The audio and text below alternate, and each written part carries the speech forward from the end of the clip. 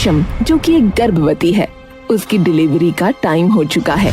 उसकी सास लीला उसे अस्पताल ले जा रही है। बस बस पहुंचने वाले हैं, हमारा नन्हा चिराग आने वाला है। तभी सामने टूटी हुई सड़क आती है। लीला ऑटो वाले को बोलती है, बेटा मेरी बहू का अस्पताल पहुंचना बहुत जरूरी है, तो बस चला भी। माँ जी, पर कच्ची सड़क है, आगे कुछ भी हो सकता है। जो होगा देख लेंगे। ऑटो चलना शुरू होता है। उसके सामने पानी भरा हुआ है। हवा एकदम से सहम जाती है। ऑटो का सीधा पहिया धीरे से एक जगह धंसता है। ऑटो हल्का सा टेढ़ा होता है और ऑटो वाला रेस तेज देता है, लेकिन ऑटो धंसता ही चला जाता है और देखते ही देखते राइट साइड में पलट जाता है। लीला चिल्लाती है, रेशमा! उसकी आवाज एक गूंज में रह जाती है। कुछ सालों बाद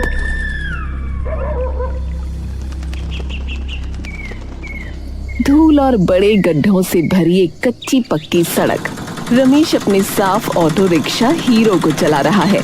रमेश थका हुआ पर ईमानदार दिखता है। रिक्शा एक बड़े गड्ढे में गिरकर जोर से हिलता है। रमेश उसे खींचने के लिए पूरी जान लगा देता है। रिक्शा के इंजन का जोर से घासना और हिलने की आवाज आती है। रिक्शा मुश्किल से गड्ढे से निकला। तभी रमेश को पीछे एक किसान दिखाई देता है, जो सिर पर ताजी सब्जियों की टोकरी लेकर जा रहा है। अरे ऑटो वाले, जरा आहिस्ते चला, तुझे दिखाई नहीं दे रहा है क्या? रमेश थोड़ा धीमे चलने लगा, लेकिन एक और छोटा गड्ढा आते ही रिक्शे को फिर से झटका लगा। किसान का पैर फिसल गया। उसके सिर से सारी सब्जियां उछलकर गंदे पानी और मिट्टी वाले गड्ढे में गिरी। अरे हाय राम, अरे ये क्या कर दिया? अरे मेरी आज की सारी कमाई मिट्टी हो गई।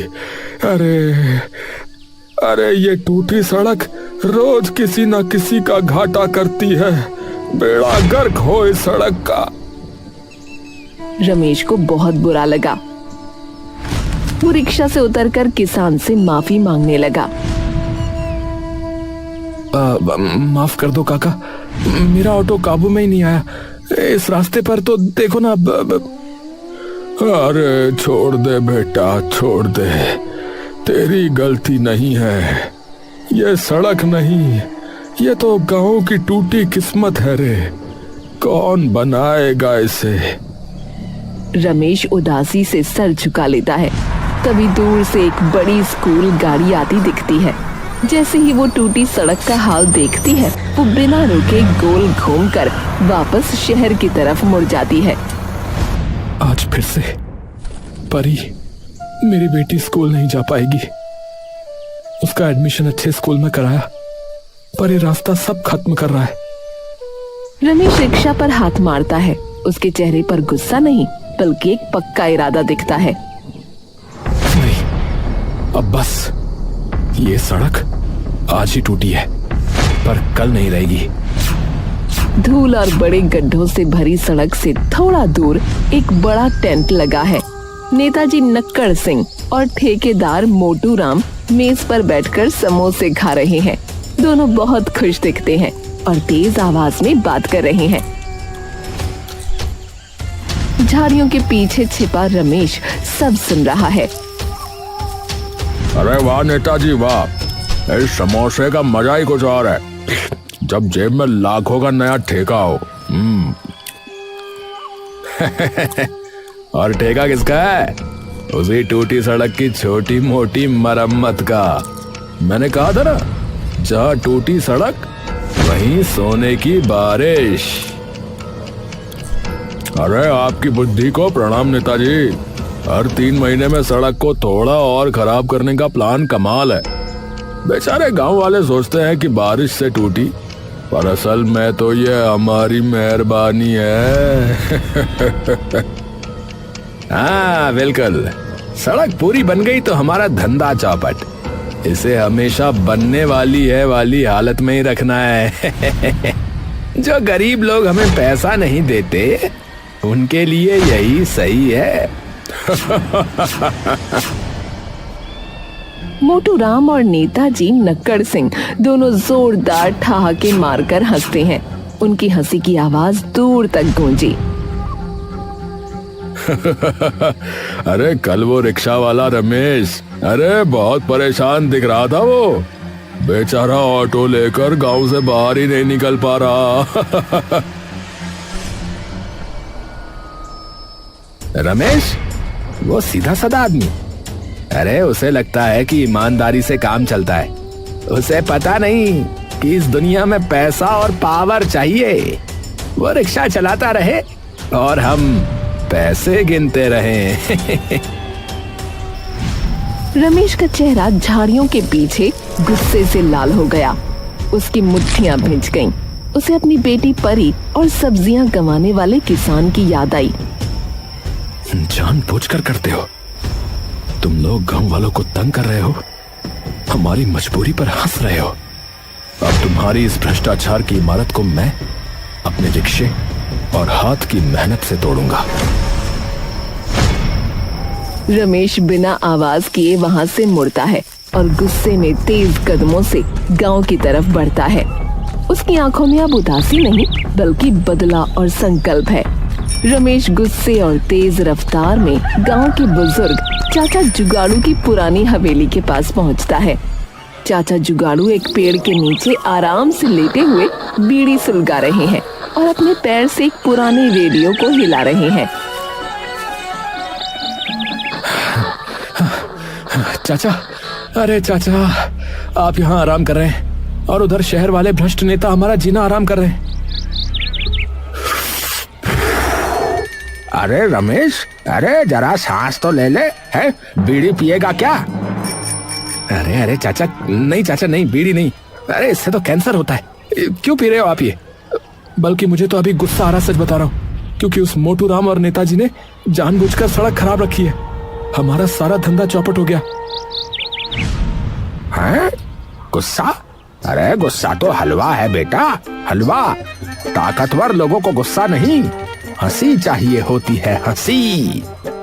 तू कोई ऐसा काम कर कि उनकी अकड़ टूटे और दुनिया हंसने लगे। अरे पर क्या करूं चाचा, हमारे पास तो सिर्फ ये टूट फूट वाला ऑटो है और वो करोड़ों के ठेकेदार है। ऑटो? अरे ऑटो ही है तेरा जवाब बेटा, और मेरा देसी नुस्खा। कहाँ गया? हाँ सुन, मेरे दादाजी जो गांव के सबसे बड़े जुगाड़ू थे, उन्होंने इस डायरी में एक नुस्खा लिखा था, समझा? ये देख, एक खास पौधे से निकलने वाला चिपकाऊ गोंद है। गोंद? अरे गोंद से क्या सड़क बनेगी क्या? अरे चाचा, क्या मजाक कर रहे हो चाचा? लग रहा है बीड़ी फूक फूक के आप खुद फूक गए हो।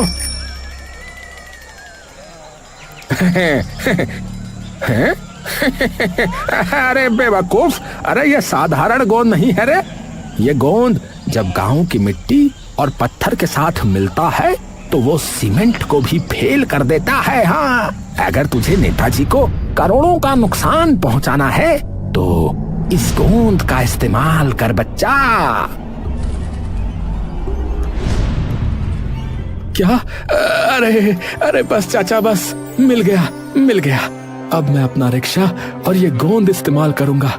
मैं ही इस टूटे रास्ते का पहला हीरो बनूंगा, देखना। लेकिन याद रख रमेश, इस गोंद में चिपक है, इससे सड़क नहीं टूटेगी, पर गांव वालों को भी साथ चिपकाना होगा, तभी काम बनेगा, समझा बेटा? रमेश खुशी से चाचा जुगाड़ू के पैर छूता है और तुरंत अपनी रिक्शा हीरो की तरफ भागता है। उसका चेहरा अब आत्मविश्वास से भरा है। रमेश अपने ऑटो रिक्शा हीरो के सामने खड़ा है। गांव के लगभग 10-12 लोग उसके आसपास हैं, जिनमें किसान, कुछ बूढ़ी औरतें और जवान लड़के हैं। लोग चुपचाप और दुविधा में हैं। गांव वालों, मैंने अपनी आंखों से देखा है, नेताजी और मोटू राम जानबूझकर हमें तंग कर रहे हैं। यह सड़क टूटी नहीं है, इसे तोड़ा गया है। तेरी बात सही है रमेश, पर हम गरीब लोग ठेकेदार से क्या ही लड़ेंगे बता। उसका तो बड़ा टरक आएगा, हमारी बनाई चीज 1 मिनट में तोड़ देगा बेटा। अरे ये देखो, ये मेरी बेटी परी है। ये हर रोज मुड़ जाने वाली स्कूल गाड़ी को देखती है। क्या हम अपनी अगली पीढ़ी को यही टूटी हुई किस्मत देंगे? बोलो। गांव वाले उदास हो गए। रमेश तुरंत माहौल बदलता है और चाचा जुगाड़ू की गोंद की बात बताता है। लेकिन अब हमारे पास उसका जवाब है। यह है चमत्कारी चिपकाऊ गोंद। चाचा जुगाड़ू ने कहा है कि यह गोंद मिट्टी और पत्थरों को सीमेंट से भी मजबूत बना देगा। हमें बस एक साथ काम करना है। तो ठीक है रमेश भैया, हम तुम्हारे साथ हैं। कब से सोच रहे थे कि इस भ्रष्ट सिस्टम को सबक सिखाएंगे। जा बेटा रमेश, भगवान तेरा भला करे। इस नेक काम में हम अपनी जान लगा देंगे। देखते ही देखते गांव के सभी लोग काम में लग गए। औरतें और बच्चे पास के खेत से मिट्टी और छोटे पत्थर इकट्ठा करने लगे। आदमी बड़े पत्थरों को तोड़ने लगे। रमेश का रिक्शा अब ट्रैक्टर बन गया। रमेश रिक्शा हीरो के पीछे एक बड़ा लकड़ी का तख्ता बांधता है। तैयार हो जाओ, अब हमारा हीरो चलेगा और ये सड़क सीधा दिल से दिल को जोड़ेगी। रमेश तेज रफ्तार में उस गोंद, मिट्टी और पत्थरों के मिश्रण को सड़क पर फैलाता है और रिक्शा की मदद से उसे समतल करता है। हाँ? अरे ये गांव वाले तो सच में सड़क बना रहे हैं और वो रिक्शा वाला वो तो ट्रैक्टर बन गया। अरे तो गड़बड़ हो गई, मुझे नेताजी को बताना होगा। सुबह होते ही सड़क का एक बड़ा हिस्सा एकदम चिकना और ठोस हो गया। सूरज की पहली किरणें नई सड़क पर चमकी। गांव वाले थकान के बावजूद जीत की खुशी से एक दूसरे को देखने लगे। अरे वाह रे रमेश वाह, अरे तू तो सचमुच जो है टूटे रास्ते का हीरो निकला भाई। अरे हमारी किस्मत बदल गई। गांव की नई सड़क ये सुबह की धूप में एकदम चिकनी और मजबूत दिख रही थी। बच्चे, जिनमें परी भी है, उस पर भाग रहे हैं और हंस रहे हैं। किसान अपनी सब्जियों की टोकरी रिक्शा पर रखकर शहर जा रहा है। गांव में खुशी का माहौल है। पापा देखो, मेरी स्कूल गाड़ी वापस नहीं मुड़ी। आज मैं स्कूल जाऊंगी। रमेश ने अपनी बेटी को गले लगाया। उसने गर्व से नई सड़क को देखा। अरे तेरा बहुत बहुत धन्यवाद रमेश, इस सड़क ने सचमुच हमारी किस्मत बदल दी। अब मेरी सब्जी ताजी शहर पहुंचेगी। हाँ। गांव वाले खुशी से ताली बजाते हैं और रिक्शा हीरो की जय जयकार करते हैं। पास के टेंट में नेताजी नक्कड़ सिंह और ठेकेदार मोटू राम अपने मुंशी से बात करने लगे। दोनों के चेहरे पर गुस्सा और निराशा थी। अरे मालिक, वो रिक्शा वाला रमेश, अरे उसने सच में सड़क बना दी। और वो गोंद, वो तो ईंट पत्थर से भी मजबूत है मालिक। क्या? कौन से सड़क? मेरी आंखों के सामने मेरी सोने की खान बंद हो गई। ये रमेश, इसे तो मैं कच्चा चबा जाऊंगा। हमारी इज्जत का क्या होगा? अब शहर में लोग क्या कहेंगे? ठेकेदार मोटू राम एक रिक्शे वाले से हार गया। नहीं, मैं ऐसा नहीं होने दूंगा। नेताजी नक्कड़ सिंह अपने सोने की चेन को कसकर पकड़ने लगे। तभी उनके दिमाग में एक खतरनाक आइडिया आया। शांत मोटू राम, शांत। ये रमेश की जीत नहीं है, ये गांव वालों का पागलपन है। हमें उनके गुरूर को तोड़ना होगा। पर कैसे नेताजी, कैसे? वो गोंद तो टूट नहीं रहा। डंपर मोटू राम, डंपर। अपना सबसे भारी 20 टन का डंपर ला। हम दिखाएंगे कि असली ताकत क्या होती है। ये छोटी मोटी सड़क नहीं टूटेगी, पर जब हमारा डंपर इस पर चलेगा तो पूरी सड़क ही उखड़ जाएगी। हाँ, डंपर। मैं अभी जाता हूँ और अपने आदमियों को लेकर आता हूँ। इस बार रमेश का रिक्शा और उसका गोंद दोनों मिट्टी में मिल जाएंगे। नेताजी नक्कड़ सिंह अपनी जेब से एक नोटों की गड्डी निकालते हैं और मुंशी को कहते हैं, जा गांव में खबर फैला दे कि आज मोटू राम की मशीनें नई सड़क पर चलेंगी। गांव वाले डर कर अपने घर में घुस जाएंगे।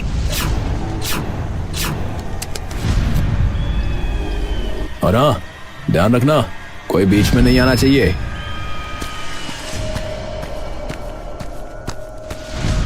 नेताजी और मोटू राम ने एक दूसरे को देखकर शैतानी मुस्कान दी। दोपहर का समय, नई सड़क पर गांव वाले हंसी खुशी से बैठे हैं। बच्चे अभी अभी स्कूल से लौटे हैं और परी अपनी सहेलियों को बड़े स्कूल की बातें बता रही है। अचानक गांव का मुंशी हाँफता हुआ आया। उसका चेहरा डरा हुआ था। अरे रमेश, अरे रमेश, अरे रमेश, भाग जाओ, सब लोग भाग जाओ। अरे मोटू राम अपना सबसे बड़ा डंपर लेकर आ रहा है। वो कह रहा है कि वो सड़क को जड़ से उखाड़ देगा। अरे हे भगवान, मैंने कहा था ना, वो जरूर बदला लेगा। अरे अब क्या होगा रे रमेश? कोई कहीं नहीं जाएगा। हमने ये सड़क डर से नहीं, हिम्मत से बनाई है। ये हमारी मेहनत है। दूर से एक विशाल पीला डंपर तेज रफ्तार से आता दिख रहा था। उसके पीछे मोटू राम और नेताजी की बड़ी काली कार है। डंपर का जोरदार शोर पूरे गांव में गूंज रहा है। मोटू राम और नेताजी गाड़ी से बाहर निकले। उनके चेहरे पर जीत की शैतानी मुस्कान थी। ए गांव वालों, बाहर निकलो रे। मैं तुम्हें दिखाऊंगा कि असली सड़क कैसे टूटती है।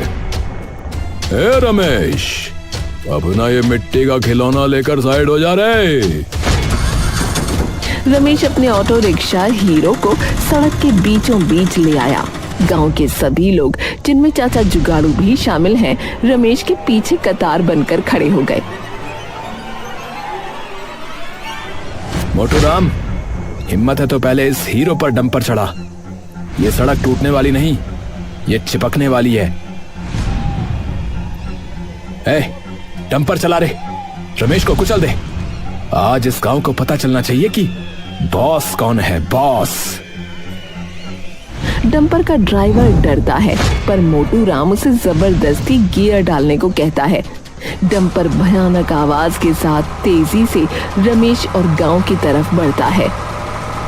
विशाल पीला डंपर जोरदार आवाज करते हुए रमेश और गांव वालों की तरफ बढ़ता है। डंपर का ड्राइवर डर रहा है, पर मोटू राम उसे चलाए जाने का इशारा करता है। रमेश और सभी गांव वाले डर के मारे अपनी आंखें बंद कर लेते हैं। खत्म कहानी। ये ले रमेश, तेरी सड़क का अंतिम संस्कार। देखा, ताकत किसे कहते हैं, देखा। तभी उनके सामने एक बूढ़ी औरत आकर खड़ी हो जाती है। ये कोई और औरत नहीं, लीला है, जिसके साथ कुछ समय पहले एक हादसा हो चुका था। इस सड़क के लिए लीला बोलती है, तुम लोग अब कुछ नहीं कर सकते। ये सड़क अब और हादसे नहीं करने वाली, क्योंकि इसका सफर यहीं तक का था। इस सड़क की वजह से कई लोग अब इस दुनिया में नहीं हैं, जिसमें मेरी बहू और मेरा नन्हा पोता भी शामिल है। लेकिन अब इस सड़क को देखकर लगता है जैसे ये लाचार हो गई है, भीख मांग रही है, और अब हम इसे ये भीख नहीं देंगे। अरे अरे, क्या सुन रहा है इस बुढ़िया की? चला डंपर इस सड़क पर। डंपर सीधा रमेश की बनाई हुई नई सड़क पर तेज रफ्तार से चढ़ा। एक पल के लिए सब कुछ शांत हो गया। रमेश ने लीला का हाथ खींचकर उसे साइड में किया। फिर टायरों के जोर से जमीन पर चिपकने की अजीब सी आवाज आई। चिपक टस। अरे अरे ये क्या हुआ?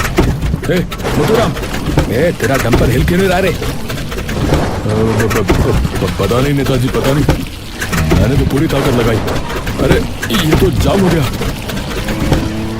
रमेश ने धीरे से अपनी आंखें खोली। उसने देखा कि डंपर वहीं का वहीं खड़ा रहा। वो खुशी से उछल पड़ा। मोटूराम और नेताजी, ये है चाचा जुगाड़ू के गोंद का कमाल। ये सड़क टूटती नहीं है, ये तो चिपक जाती है। तुम्हारा डंपर और तुम्हारा घमंड दोनों आज यहीं फंस गए रे। गांव वाले जो अभी तक डरे हुए थे, रमेश की बात सुनकर खुशी से चिल्लाने लगे। वो तालियां बजाने लगे और मोटू राम नेताजी को चारों तरफ से घेर लिया। मैंने कहा था ना रमेश, ताकतवर को हंसी चाहिए होती है। आज इनकी अक्ल ठिकाने आ गई। बड़ा नेताजी बनता फिरता था, हाँ। और ये मोटू राम है, बड़ा ठेकेदार बनता फिरता था। नेताजी और मोटू राम एक दूसरे को देखते हैं। उनका चेहरा शर्म और गुस्से से काला पड़ जाता है। मोटू राम और नेताजी नक्कड़ सिंह दोनों पूरी तरह फंस चुके हैं। गांव वाले उन्हें घेर कर खुशी से शोर मचा रहे हैं। अरे छोड़ो हमें, तुम सब नहीं जानते कि मैं क्या कर सकता हूँ। अरे ये रिक्शा वाला, इसने मेरा करोड़ों का डंपर बर्बाद कर दिया। बर्बाद नहीं किया मोटू राम, तुम्हारी बुरी नीयत को जाम कर दिया है। तभी दूर से पुलिस की गाड़ी के सायरन की आवाज आई। चाचा जुगाड़ू ने पहले ही किसी लड़के को शहर भेज दिया था। अरे कौन है ये सब, और ये डंपर भी सड़क पे कैसे फंसा रहे? इंस्पेक्टर साहब, ये जो बंदा खड़ा है खुद को नेताजी बोलता है हमारा, और ये मोटू राम है। ये जानबूझकर हमारी सड़क तोड़ रहे थे ताकि इन्हें बार बार ठेका मिलता रहे, हैं? और वो इस सड़क के पैसे से अपने न्यारे वारे करते रहे। हमारे पास इस बात का सबूत है इंस्पेक्टर साहब। गांव वाले एक साथ चिल्लाकर अपनी बात कहते हैं। पुलिस इंस्पेक्टर डंपर को ध्यान से देखता है और फिर नेताजी के चेहरे को देखता है। अरे कानून की नजर में सब बराबर हैं। अगर सबूत सही है तो सरकारी काम में रुकावट डालने और भ्रष्टाचार के आरोप में इन दोनों को गिरफ्तार किया जाता है भाई। पुलिस ने नेताजी और मोटू राम को पकड़कर हथकड़ी लगाई। मोटू राम का सर शर्म से झुक गया। नेताजी का घमंड चूर चूर हो गया। रमेश, मुझे छोड़ दे। देख सुन, इधर आ। मेरे पास एक योजना है। इधर आ, मैं तुझे बता रहा हूँ। मैं तुझे नया ऑटो दिलवाऊंगा, समझा तू? नेताजी, मुझे नया ऑटो नहीं चाहिए, बल्कि मुझे तुमसे कोई भी भीख नहीं चाहिए। मुझे बस टूटे रास्ते पर इंसाफ चाहिए था, जो आज मुझे मिल गया। लीला रमेश के पास आकर उसे आशीर्वाद देती है। अगले दिन सुबह का समय, नई सड़क अब और ज्यादा साफ और चमकीली है। रमेश ने अपनी बेटी परी को स्कूल की गाड़ी में बैठाया। स्कूल गाड़ी रमेश की बनाई हुई चिकनी सड़क से शहर की तरफ आसानी से चली गई। बाय पापा, शुक्रिया हीरो। जा मेरी गुड़िया। रमेश, चाचा जुगाड़ू और बाकी गांव वाले एक साथ खड़े हैं और मुस्कुरा रहे हैं। चाचा, सही कहा था आपने। अकेले लड़ता तो हार जाता, पर गांव की एकता और मेहनत के आगे कोई भ्रष्ट ताकत नहीं टिक सकती। कैमरा नई चिकनी सड़क पर फोकस करता है। ये कहानी हमें सिखाती है कि अगर इरादा नेक हो और लोग एक साथ खड़े हो जाएं, तो कोई भी आदमी अपने छोटे से कदम से भ्रष्टाचार की सबसे मजबूत दीवार को भी गिराकर टूटे रास्ते का हीरो बन सकता है।